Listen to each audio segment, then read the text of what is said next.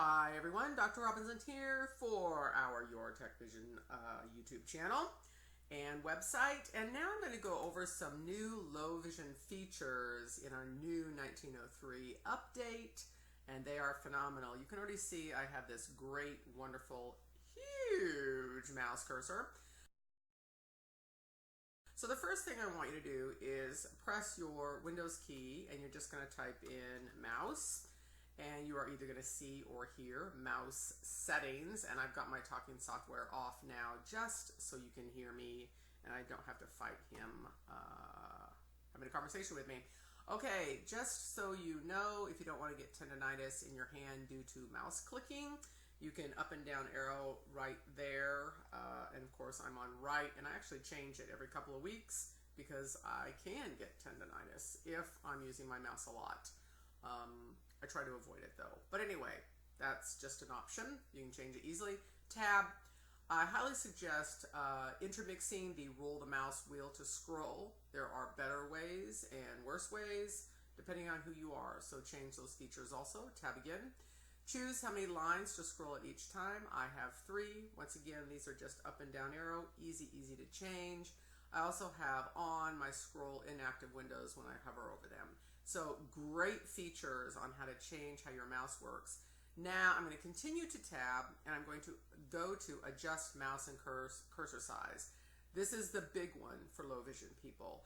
The next one as I tab is additional mouse options. I'm going to show you some even cooler options there. For instance, see as I'm hitting my control key, oh yeah, we love that vibration. Anyway, I'll show you how to do that in a second. Shift tab up to adjust mouse and cursor size. Hit enter. As soon as I hit enter, I'm on change pointer size. So if I put my mouse right here, I'm just going to go down so you can actually see how small my mouse gets. Ooh, really small. Okay, so if you want it really small, you can, but my guess is if you're low vision, you want it nice and large. Okay, so that goes ginormous. Woo, that is huge. Okay, I'm going to just go down a little bit. I like about 10. Nah, let's go to 11. And it's just up and down arrow. Very easy. I'm going to tab to my next option.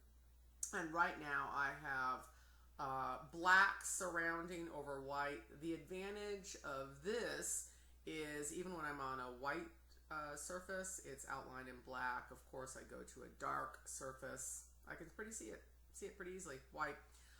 Inverted is another really nice one. I just clicked on inverted, and you can see it turns dark, and then I move to my dark background and it turns white.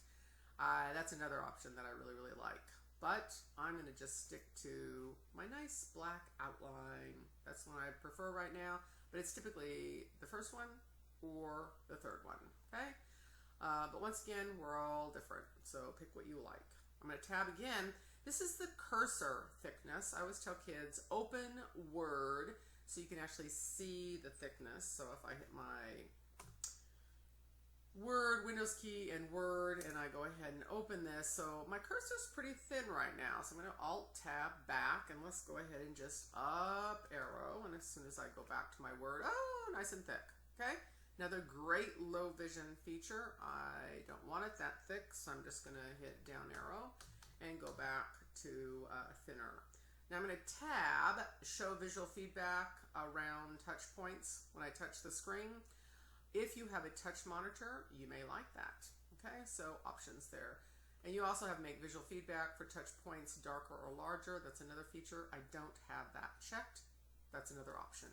Tab again. Additional mouse settings. You'll notice that that was also on the other page. So once you go into mouse, it actually gives you all those other options. Now hit enter. Once again, I tab to that. Additional mouse settings, hit enter. Okay, and now we go back, and I need to just tab to additional mouse options and enter on that. Here we go. Mouse properties, and the first one I want you to go to, sit on your control, hit your tab, you're going to go to pointers. Now, you can choose extra large here. That is typically what we do, but now that it's already built in, we don't really have to do that. So if you down arrow, you're going to see extra large, inverted, or whatever you want, but we already have a large mouse. Okay, so that is not needed anymore. And this is window black, extra icon. It's not going to affect. The larger icon is what you're going to want. So I'm just going to keep it at none, but I suggest play around with that. Okay, just play around with that. Whoops. See, up arrow is just so much easier. But it will make your mouse stand out more if you go down to inverted or whatever you want. Just want you to know that's an option. If you change something, make sure you do Alt-A to apply it. Here's the big one. Control-Tab, sit on your control, hit Tab. Pointer options. Tab through these. You've got Enhance Pointer Precision. I have that checked. Automatically move pointer to the default button in a dialog. What's so great about that is as soon as you open a dialog box that asks you yes or no, it will immediately snap your mouse right to it. So you never have to find your mouse. I absolutely have that one checked. If you continue to tab, you've got visibility. Some like pointer trails. I don't, so I don't have that checked. Tab again, hide pointer while typing. I don't want to see that big ginormous mouse while I'm typing, but it's an option. I have it checked. This is the big one. Show location of pointer when I press the control key. And if that's the only one you check, you can immediately go to pointer options and just Alt-S to check it. Make sure you Alt-A to apply. Then when you hit your control key, and what's nice about that is if it's off your page, okay, you can still hit your control key and it will pop in, okay?